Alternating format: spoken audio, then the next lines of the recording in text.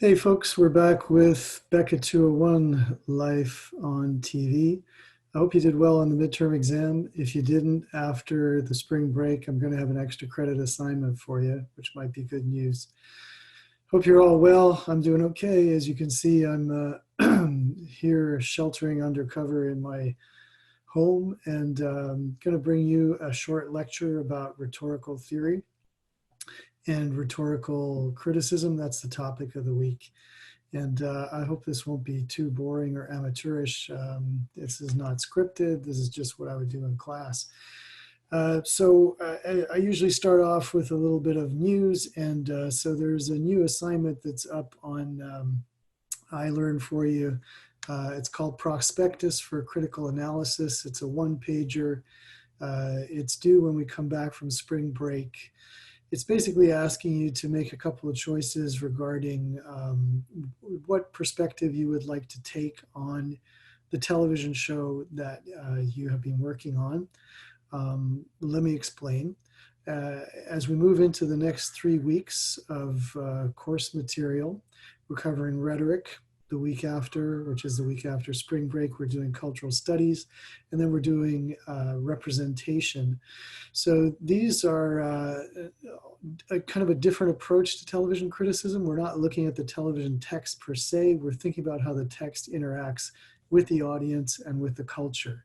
So this takes a different set of theories. We'll be bringing different ideas to bear in analysis.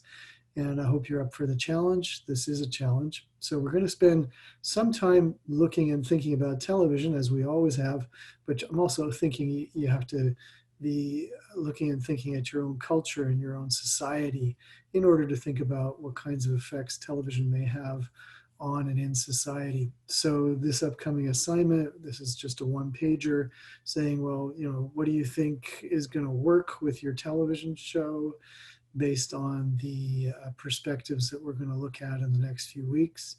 And then as we move towards the end of the course, you'll be writing a longer essay using those perspectives and then kind of packaging it all together at the end. And hopefully by then we'll be back face to face, so I can make it a little more interactive and clear as to what I'm looking for. But if we can't, we can't, you're going to get through this semester. You're going to do great. And so let us take a look here at our lecture slides on rhetoric. So for that, I'm going to want to share my screen. And where are we here? We're just going to go up here. We're going to hit share. And if I could just get behind there and show me my slides. There we go. And let's shoot. So, hey, this is just like in class, right? I talk forever, and hopefully this won't be as long as it is in class usually.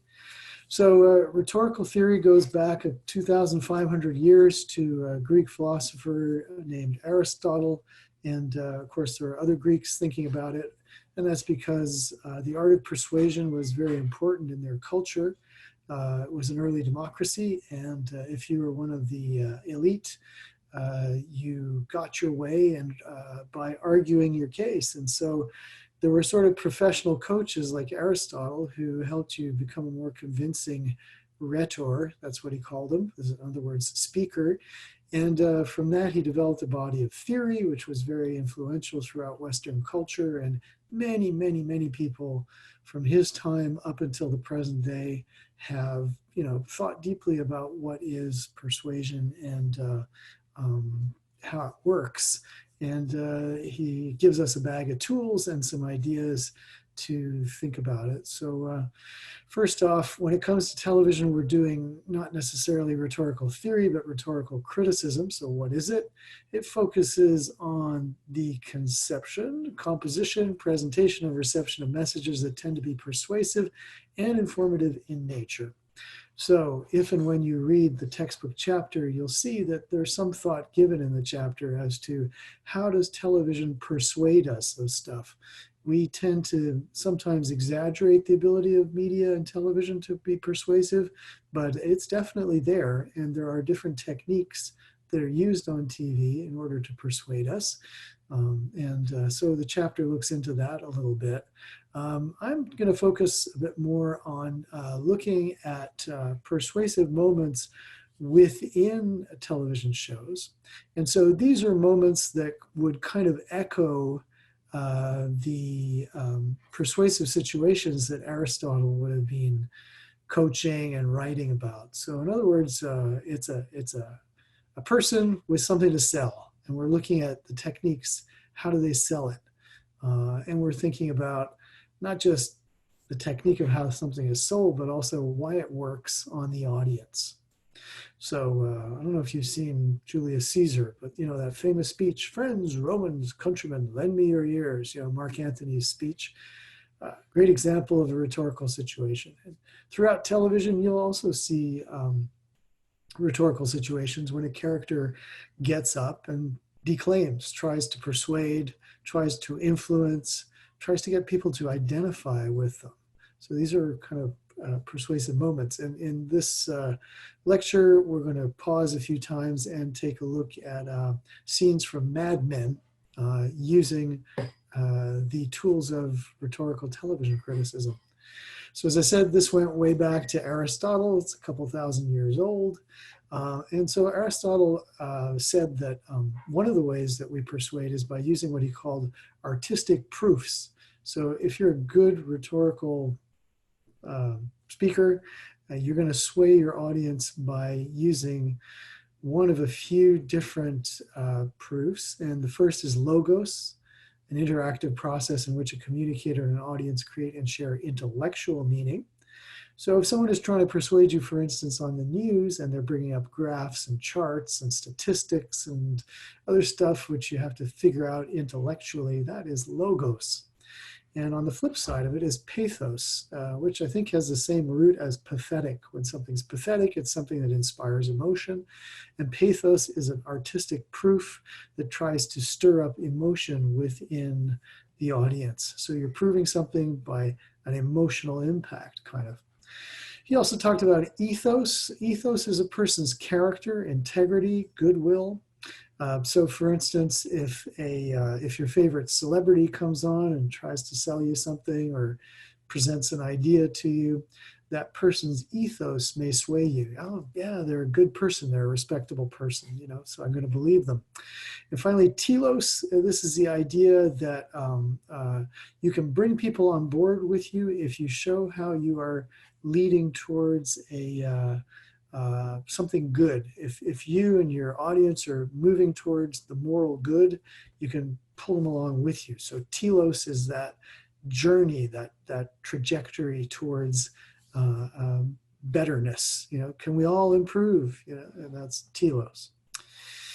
So when we're thinking about what we're analyzing in television shows, I break it down into two levels here on this slide. The first is instances of public speaking, such as court cases, lectures, and other places where characters do their speeches, trying to convince people. And we're going to look at some advertising pitches from Mad Men, which is one of the things that audiences really enjoyed about the show. Not just is it a very polished melodrama that brings Don Draper, the titular Mad Men, the ad guy who's at the heart of the show. He's just a great ad salesman, and so we can learn some stuff by looking at his pitches. The second level is where rhetorical theory is interested in the role of symbols in communication. So the symbol, this is a sort of a semiotic notion. When we talk about symbols, it's the idea that in rhetoric, you are presenting symbolic meaning to an audience, and they have to somehow, glom onto that meaning. They have to join with it in order to be convinced. And so when a symbol is effective and it plants a seed of meaning in the mind of an audience, then something happens that rhetoricians are very interested in. We could say that communication takes place. All right, so our first example, perhaps, of this going on is from Mad Men, the first season. It's a very famous episode called The Carousel. And let me set this up a little bit before you see it because the clip is pretty short. The central character, Don Draper, who I hope you can see in this this thumbnail. So he's a very interesting character.